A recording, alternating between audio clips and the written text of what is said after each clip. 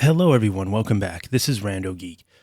All right, so this story's been going on for a while. A couple of people have covered it, but it's such a strong subject. I have to give my opinion on it. Uh, AT&T, in my eyes, there's a lot going on with this company. There's been a lot going on with this company over the last couple of years, and it's been mostly negative. If you've watched my videos, you will know that I've talked about the many outages, a lot of the problems with data breaches that they've been recently having, following in the trends and the footsteps of T-Mobile, who is pretty much the king when it comes to wireless data breaches at this point in time. But that is starting to kind of change now, right? We're starting to see, unfortunately, companies like AT&T catching up. So what am I saying? There's been a lot of negative press around this company within these past couple of years. And, it leaves many of us scratching our head, like, why? What is going on behind the scenes with this company? Because it seems like T-Mobile, although they have many problems, many negative sides to them as far as how the business is run, they've laid off tons of employees. They're basically becoming a carrier again, right? They're undoing everything John Ledger did to try to make them a unique brand, a unique wireless company. They're kind of changing in that way, right? So why is this all relative to what I'm talking about? Well, what I'm trying to say is, for the most part, companies are trying to do better. Verizon, in their way, is trying to do better. They're trying to improve their network. They're trying to improve their plans in a way that is satisfactory for the customer as well as the company. Because at the end of the day, they do need to turn profits. If your customer's happy, but you're not making any money, well, that doesn't work either, because then you can't afford to provide the service. So we have to kind of get a blend of what's fair for both sides. Customer needs to be satisfied, getting enough benefits, getting enough for their, bang for their dollar. And the company needs to see a profit in enough way that they can pay their employees, provide the services that they do, and everyone is happy. That is what Verizon's trying to do. That is what T-Mobile is trying to do. And maybe that is what AT&T is trying to do, but they're just not good at it right now. Maybe it's this man we're looking at on the screen here. Maybe John Stankey. Maybe he is not the right person for this position, because it seems like once he jumped on board, things have really gotten rocky. That is my opinion. Okay. Now, you may think he's a good CEO. Many of us will probably beg to differ and say that, yeah, he's not the best, for this company. Things are not doing so good. I've seen AT&T's plans get a little bit better over the last year. They've made some modifications. It's a little bit better than it was getting really stale for a while. I've seen some improvements there, but still, if you ask me, it's still really expensive, and there's just not enough going on with these plans when you break it down and compare it to, say, Verizon or even AT&T, T-Mobile. Now, Verizon's expensive too, and some of their plans are really watered down, and you're not getting enough for them as well. But at least they're kind of trying to add in certain things like YouTube tickets, things like that. They have their My Plans. They're trying from time to time to entertain the customer and give some benefits. So with all that being said, okay, we're gonna come back to a lot of that. I'm gonna try to make this quick. It's hard because when I get in my mode, I can drag this out. I really don't want to. But the topic here is, AT&T is forcing employees to return back to work. They're basically copying Amazon, okay? They saw that Amazon was able to get away with it, so they want to do it too. The problem here is AT&T is doing a terrible job at it. They're forcing people back. They don't have enough seats. They don't have enough workspaces for their employees to work. Supposedly, there's not enough parking spaces for their employees to park their cars.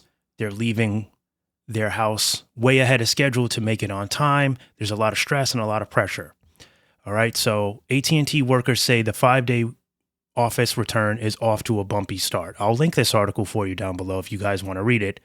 But, AT&T began implementing its staggered 5-day return to office mandate on Monday. So this article was a week ago. So this is about 2 weeks now, or a little over a week, maybe like a week and a day or so, when, everyone started going back into the office. Workers told that limited available desks and elevators at some offices complicated their return. So apparently there's no working elevators. You got to take the stairs.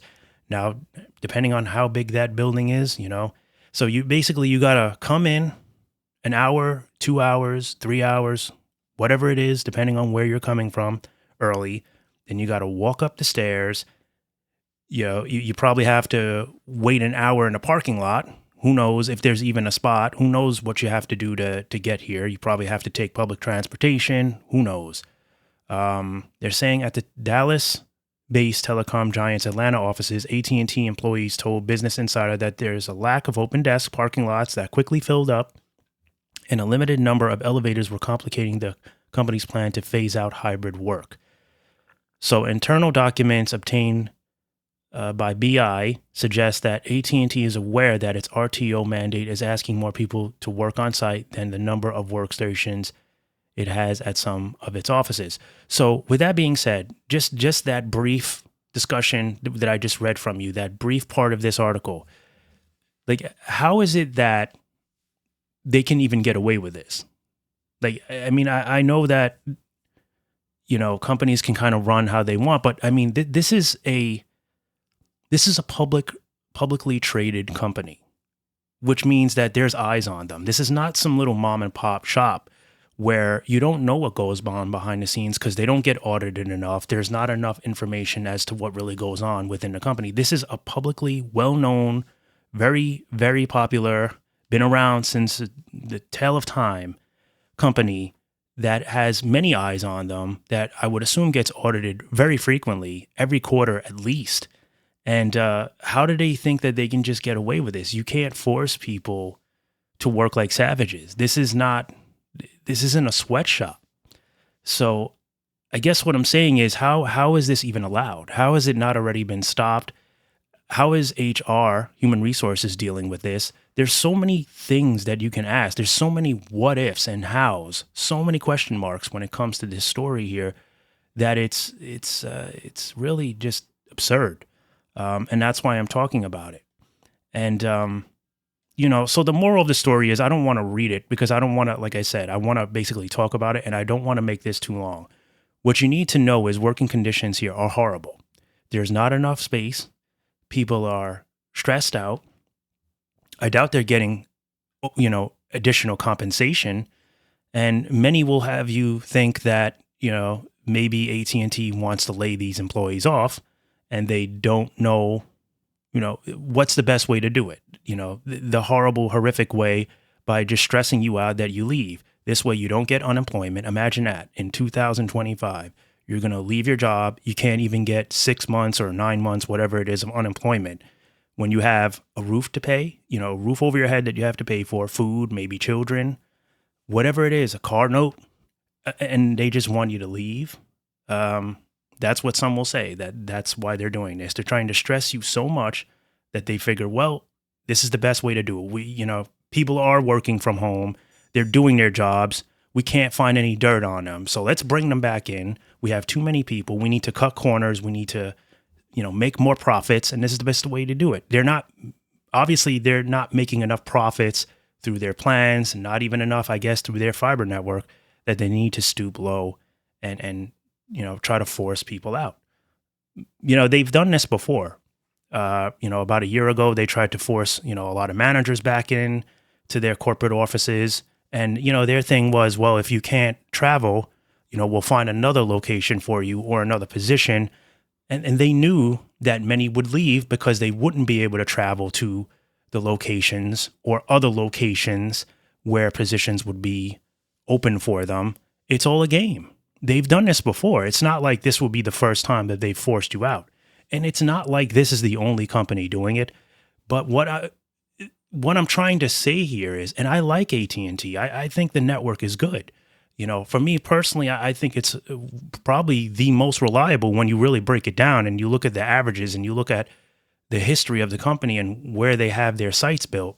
Their 5G is a little bit up and down. It could be better, but the availability for the most part, when you need to make a call, is there, right? This company is one to count on when you need to make a call or send a text in an emergency situation. They're not the most thrilling. They've never been the most thrilling as far as speeds. I don't think they care about that. They want to be, the reliable carrier, and they seem to always win in that category. The reliable the reliable carrier. T-Mobile, Verizon will get everything else, for the most part. But what I'm saying is, when you take this into consideration, this horrible working condition where they're just simply copying what Amazon is doing, they're trying to be an Amazon now, okay? They're copying and they're doing poorly at this. They obviously they don't care. It's the truth. They obviously, this is their motive, to get rid of employees, because they would do their best. They would have planned ahead, and they would have had working conditions under control. They would have had enough workspaces, or they would have done it in phases. They would have done a better job. They would have said, this location will have 200 people come in. We'll see how it goes. We'll make sure everything is smooth. We'll order breakfast. We'll order lunch. We'll make everyone feel comfortable coming back. We'll do our best. No, you could see they're just basically trying to put you in, stress you out. And I don't know how they're going to get away with this. This may wind up in some kind of lawsuit, very big lawsuit. I don't know. I don't know how they think they can pull this off. And maybe they can, and maybe they will, but I don't understand. I think this is a matter where like the FCC can technically step in to defend, employees and just the public in general, that these types of working conditions cannot go on in America in 2025. It's just absurd. So when you add this, you add the fact that the network is, not much improving when it comes to 5G. They're not competitive enough in the eyes of people, the customer. Their data breaches, right? The data breaches that have been happening, the outages, which they're trying to compensate. I see they finally, we talked about this. They're doing something very bold. They're going to, reimburse you right away. If you have to wait too long on the phone, they're going to give you a $5 gift card or a credit. So they're trying in that way. They're trying to earn customers back. But it's like they take one step forward, right? We get some amazing news from them last week about how they're going to do the right thing if they have outages, because we know outages happen, right? We can't knock them for that. When it's a reoccurrence and they're not doing anything about it to fix it, that's where the problem lies, right? But they're trying to fix all that. So we'll give them some credit for that, for trying to do better in that segment, that area. But then we have the data breaches, which is another mess. Hopefully they'll start working on that as well. But when you just add all of the things, is what I'm saying, over the last 2 years alone, and then the fact that, like I said, they're just not as competitive. They don't seem to care either. Their primary focus is fiber. They don't even care that much about the wireless network. They don't care about, telecommunications, which is what built them. That is who they are. That is their history, their roots. It comes from telecommunications, keeping people connected. I mean, Ma Bell, it all started with that. This brand, this name that they hold is because of everything that's happened in the past, right? That's what led them here today. That's what gave them their presence. That's what gives them the right to charge what they charge, because people know them as, good old AT&T, classic AT&T, right? There's many customers that are holding on to them for that reason, solely for that reason, because they trust them. They've had them in their family for years. So then you see new CEOs come in and drag the company to the ground. So I think this is what I'm getting at. What is happening to the company? I think some change is needed. I think we need to have a new person in the hot seat, because obviously this is a mess. This is too much mess going on here. It's so much that it's really hard to clean up. I don't think one person can maybe do it on their own. Maybe it's not all John's fault. Maybe he's doing the best he can. Maybe he's being outvoted. Maybe other members of the team there are just not feeling it. So he's stressed. He's not really sure what needs to be done. Maybe he needs a little assistance. But either way, I mean, they're getting a lot of bad rep. And this is really bad. This is like they're going to go down as like one of the worst places to work now because of this. And that's not good. And maybe that's what they want. They want to become a fully automated company, right? They want all their call centers overseas. They don't want live reps. So like I've said before, when Verizon threatened to take customer service out of the US and port everything overseas, many postpaid customers are not going to deal with that. They're going to get sick of it, and they're just going to go to alternatives. They're going to go to MVNOs, and fortunately for AT&T, there's not that much competition in that segment. Cricket, they own Cricket. So there's not a whole lot of what do we have? Dark Star, like that's like really and what Boost, AT&T, which many people don't even like. They feel like it's lagging. It's QCI 9. You don't get that many benefits. It's not bad for 25, right? $25, but it's not competitive. The Dark Star is probably the most competitive. You get HD streaming, you get a couple of good benefits, you get hotspot, whatnot. So that's their biggest competitive as far as MVNO to get on AT&T. But there's not as much, and they know that, and that's why they charge what they charge, and they can do what they do. They kind of have a little too much swag, if you ask me. So yeah, another long one here for you, but believe me, this is much shorter than I could make it, because there's a lot that can be said. And, it's mostly just opinionated, of course, sitting back, viewing, taking it all in, looking at where this company's been going. And it's completely unbiased because, again, I actually like AT&T very much as far as network quality, probably my favorite. I've said that before, but I don't play sides. If you do something wrong, I have to call it. It's important for you to know that. Now, many of you will probably never even listen to this whole thing, so you won't even hear me say that. But if you do, and you've been watching for a while, you'll know that that's how it is. And for those that think, well, it's good to have people come in, it's more beneficial if everyone works together. Yes, but some people work better from home. Some people work better alone. It depends on the person's nature, right? Some people are better performers in a home office than they are in a working environment. Maybe they get very distracted. Maybe there's other reasons. But with this being said, I will close this out by simply saying, this is why people want to work from home. When you have to deal with corporate greed like this, that will actually have the nerve to force you to come in, expect you to commute long distances. They won't give you any additional compensation. They'll bitch if you're late, by 1 minute, some of them. Depends on who's managing you, right? This is why people want to work from home. This is why people aren't even working real jobs anymore. You have people that are doing DoorDash and Uber, and they love it. Why? Because they have some kind of sense of freedom. They can kind of make their own schedule. They're not sick to their stomach. They're making much less money. They probably are not traveling anywhere. They don't have money to do anything extra. But this is why. It's not laziness. People aren't as lazy as you think. It's the stress. It's the stress that these companies can cause many. And when you have greed like this, yeah, you can just see it. It's true. They do want to get rid of you. There's no denying it. I believe it. I agree with that. And it's sickening. But it's not going to work. Like, eventually this will blow up in their face one way or another. If the FCC doesn't step in, or if they don't get,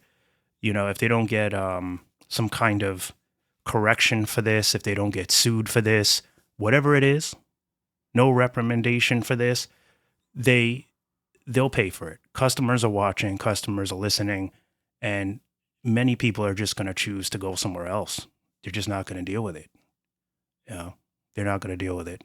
So, as always, thank you so much for stopping by and watching, and we'll catch you in the next one. Bye for now.